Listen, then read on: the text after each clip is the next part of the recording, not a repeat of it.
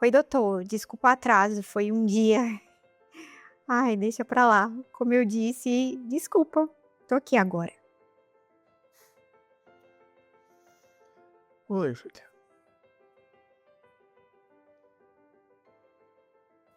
Você não atrasou. Na verdade, você tem 10 segundos de atraso. É, mas eu odeio atrasar. Acho que é falta de respeito com o seu tempo. E como que foi a semana? Corrida, muito corrida. Eu tive que entregar a revisão de um artigo, eu fui fazer a coordenação de um evento de extensão lá da faculdade, levar o Matheus no médico, ele estava com aquela tosse que toda semana aparece, sabe? Você sabe como é que é. E eu fiz o jantar de aniversário do Renato na quinta, porque ele queria algo especial, e ainda consegui terminar a decoração do quarto da Lia, que estava pela metade desde o mês passado, então foi pesado, mas ok, tô bem. Você terminou de falar e já acrescentou um tô bem? É, porque eu tô. Ou porque achou que eu ia perguntar? As 2 coisas podem ser verdade. Pode. Mas me conta mais sobre o jantar do Renato. Ah, foi bonito, ele adorou. Eu fiz o risoto que ele gosta, comprei vinho, coloquei vela na mesa, sabe? Essas coisas que a gente faz quando quer mostrar que se importa. Quando quer mostrar que se importa. Essa frase foi sua. É uma boa frase. É honesto. Você fez o jantar para mostrar que você se importa. Não porque você queria. Existe uma diferença, né? Ah, eu queria sim, eu gosto de cuidar dele. Você estava com energia na quinta noite para cozinhar risoto depois de tudo que você descreveu nessa semana? Não exatamente, mas era o aniversário dele. Sim, sim. Era o aniversário dele, mas o que que você queria fazer? Pedir pizza e dormir às 9. Hum. E por que que você não fez isso? Eu já entendi que era o aniversário dele, mas por que que você não fez isso? Que ele merecia mais. E você não merecia descanso. É, Júlia, quero fazer um exercício com você hoje, pode ser? uhum, claro. Me diz o que você fez na última semana. Tudo que você lembrar. Pode ser qualquer coisa. Ó, eu preparei 4 aulas, sendo que 2 foram novas e uma eu reformulei completamente. Orientei 2 alunos do TCC, fiz reunião com o departamento, escrevi revista o artigo, eu coordenei evento, organizei as coisas, as papeladas do evento, fui ao mercado 2 vezes, fiz o jantar todos os dias, exceto sábado, que o Renato pediu delivery. Aí eu lavei roupa, dobrei roupa, isso parece bobo, mas leva um tempo, né? Eu também ajudei a Lia com a tarefa de matemática, 3 dias seguidos, porque ela tá com dificuldade. Eu fui na reunião da escola, do Matheus, levei ele ao médico, conversei com a minha mãe, que estava meio ligando toda hora, porque eu acho que meu pai tá com depressão, então tentei ser útil para ela também. E o jantar do Renato, e eu acho que foi isso. Quantos dias você fez isso? 7? Você dormiu bem? Mais ou menos, umas 5, 6 horas por noite. E teve algum momento nessa semana em que você fez alguma coisa pra você? Eu tomei um banho longo na quarta. Ah, entendi, Júlia. Então você tomou um banho longo na quarta. É meio triste, né? Eu não tô aqui pra te julgar.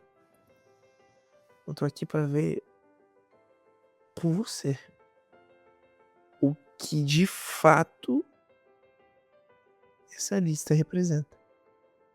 Representa que eu sou produtiva? representa que você trabalha o tempo todo.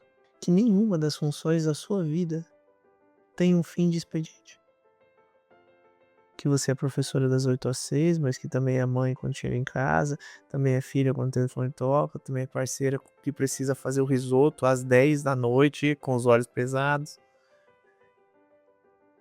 Onde é que essa Júlia ela descansa? Ela vive nessa lista. Quando eu durmo. 5 horas. E você acorda descansado? Não. Júlia.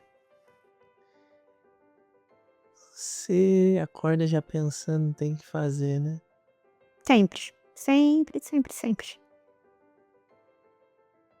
E desde quando é assim?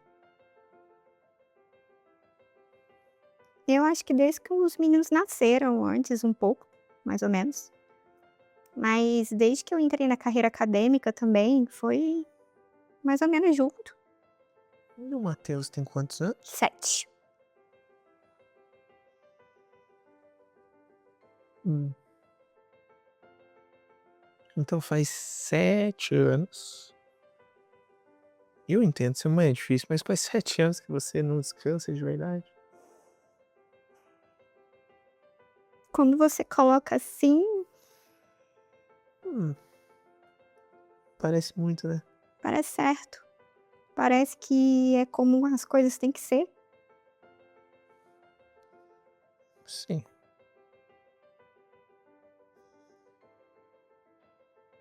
Mas vamos lá. Sem superficial do tipo, eu preciso educar os meus filhos, mas por que tem que ser assim? Porque senão, quem faz? Isso é uma resposta. Mas não é a resposta à pergunta que eu fiz. Não entendi. Eu perguntei por que as coisas têm que ser assim. Você respondeu com o que aconteceria se não fossem. São perguntas diferentes. Uma é sobre o mundo, outra é sobre você. Júlia, você me disse uma vez que sua mãe trabalhava fora e ainda assim cuidava de tudo. Você lembra? Uhum. E você admira ela por isso? Muito. Muito. Ela é uma mulher incrível. Você acha que ela era feliz, realizada? Era uma mulher que realmente vivia o que ela poderia viver, vivendo assim? Eu eu acho que sim. Ela nunca reclamou. Mas nunca reclamar. É o mesmo que de fato acessar uma felicidade interior e sentir prazer na própria vida. Não, mas Você herdou da sua mãe a ideia de que uma mulher que se presta a esse papel é uma mulher de valor. Que não reclamar é virtude, que aguentar é força. Isso não é uma crítica com relação à sua mãe, também não é um julgamento. É só uma constatação. Ela aprendeu isso de alguém e te ensinou. você tá dizendo que eu tô vivendo a vida da minha mãe? Eu tô dizendo que você internalizou uma crença que diz: para que você tenha valor, você precisa ser bom em tudo, ao mesmo tempo, sem reclamar, sem falhar e, acima de tudo, sem precisar de nada. Tô errado? Não.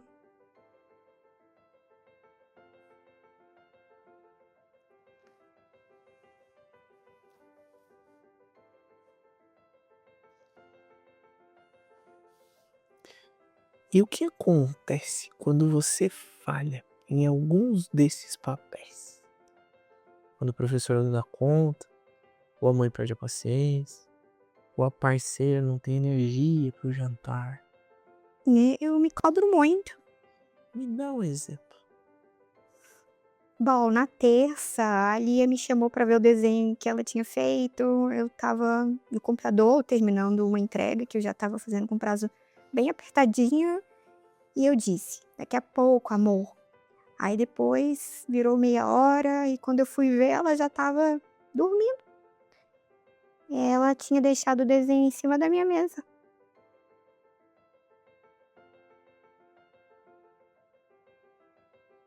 E o que é que você sentiu?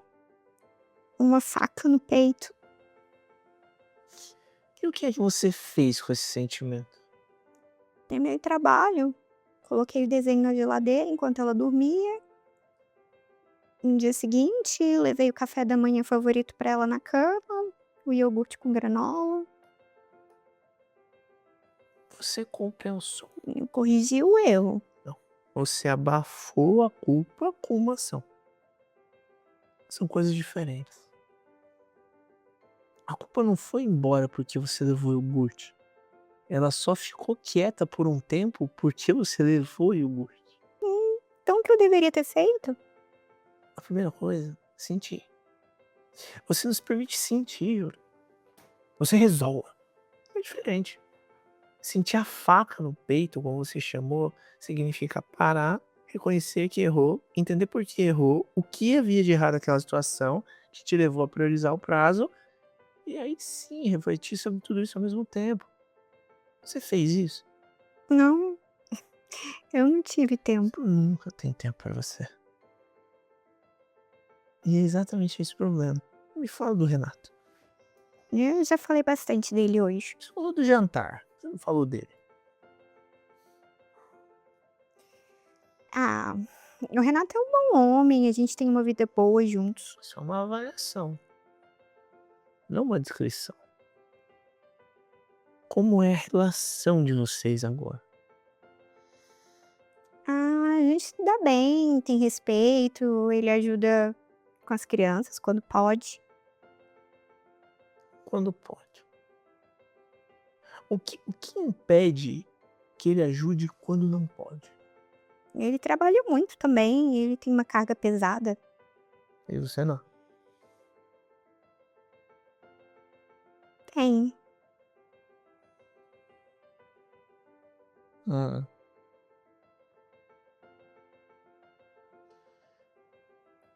escuta. Quando foi a última vez que vocês tiveram uma conversa real?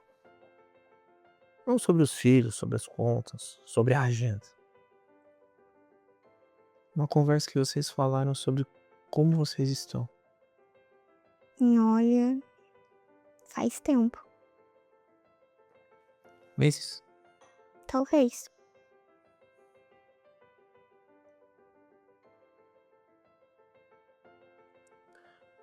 Isso te preocupa, Júlia? Deveria me preocupar mais do que me preocupa. E eu acho que isso que me preocupa. Você tá me dizendo que se acostumou com a distância. Hum, é bem a distância, a gente tá junto o tempo todo, mas Mas é uma presença funcional. Vocês são co-administradores de uma casa com 2 filhos, tendo 2 carreiras. Vocês são sócios muito eficientes. Mas não sei se vocês são parceiros de verdade. isso é duro. É verdade? Ai, às vezes eu olho pra ele à noite, depois que os meninos dormem, a gente tá lá no mesmo sofá, cada um no celular, e eu penso: "Isso é a vida? É isso que eu construí?" E aí eu fico com raiva de mim mesmo por pensar isso, porque eu tenho uma vida boa, sabe? Tenho emprego, tenho filhos saudáveis, eu tenho um marido presente, e tem gente que tá numa situação muito pior.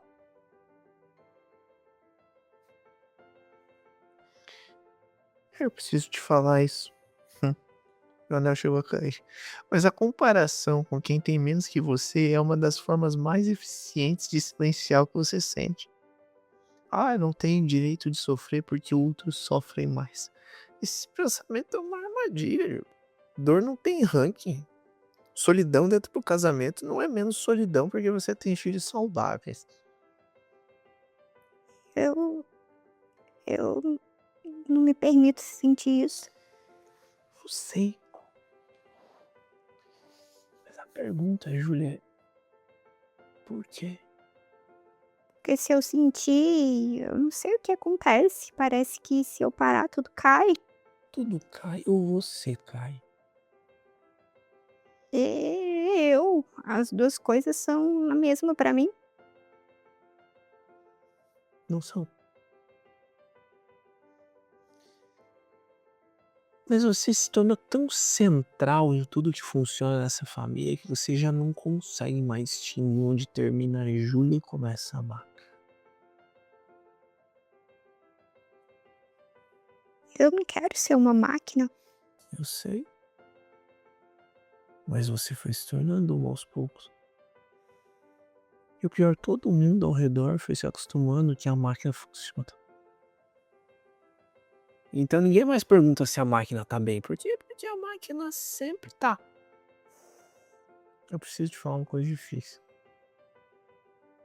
Eu quero que você ouça até o fim antes de responder. Você tá exausto. Não é de uma semana ruim. São de anos. Diante de uma narrativa que diz que você tem que dar conta de tudo sem precisar de ajuda. Sem mostrar fraqueza, sem falhar, sem descansar. E que o valor de uma mulher se mede pela quantidade de papéis que ela cumpre com excelência simultânea. Essa narrativa não é sua. Ela te foi dada pela sua mãe, que a recebeu de alguém, que recebeu de alguém numa cadeia longa de mulheres que foram ensinadas que o cuidado dos outros vem antes do cuidado de si. E você internalizou isso tão fundo que hoje você não consegue sentar num sofá sem culpa. Não consegue tomar um banho longo sem sentir que tá roubando tempo de alguém. Não consegue dizer pro seu marido, eu preciso de ajuda. Porque no seu mapa interno isso significa fracasso. Você não é fraco, Júlia. Mas você tá se destruindo em nome da imagem de força que ninguém, nem você, consegue sustentar por tempo indeterminado. Mas se eu não for assim, quem eu sou?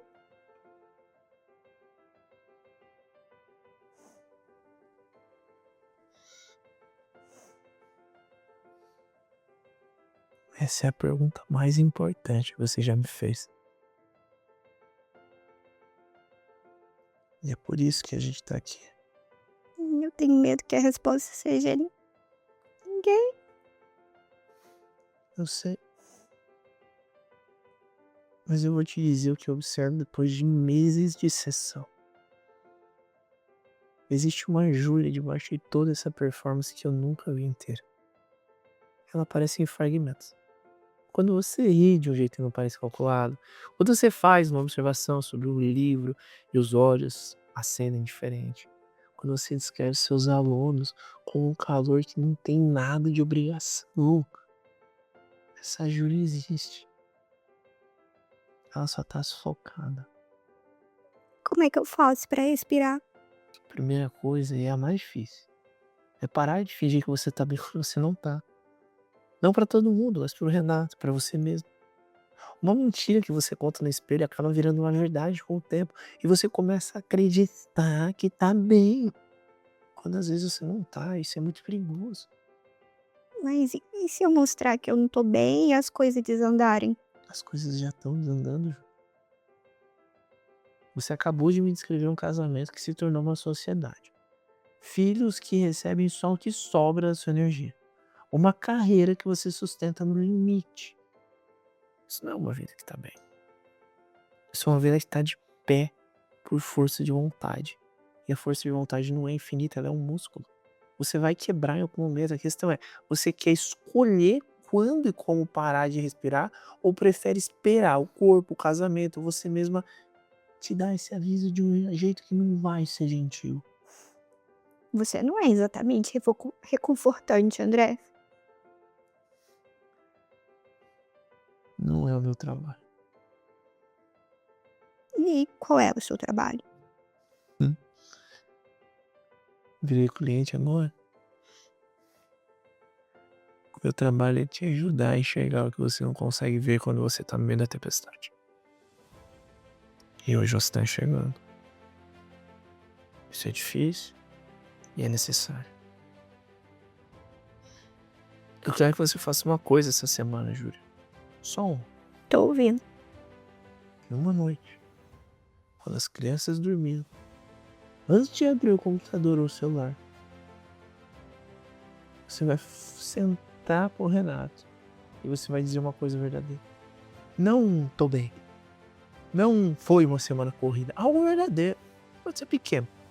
Tô cansado e não sei bem como te dizer isso. Pode ser isso. Mas precisa ser verdadeiro. E se ele não souber o que fazer com isso? Esse é o problema dele para resolver, não o seu.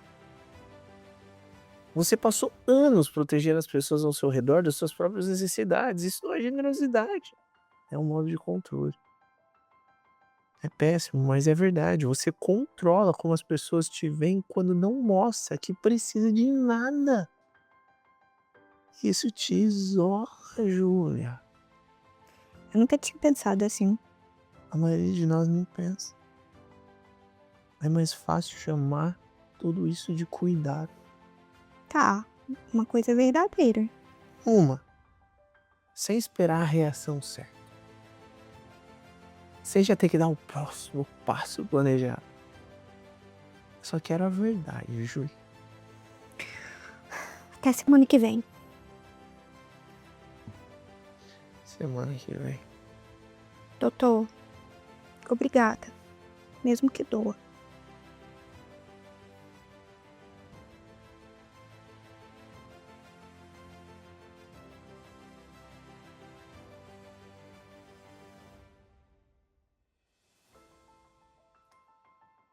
Tudo bem se não é. Mas entenda que isso importa.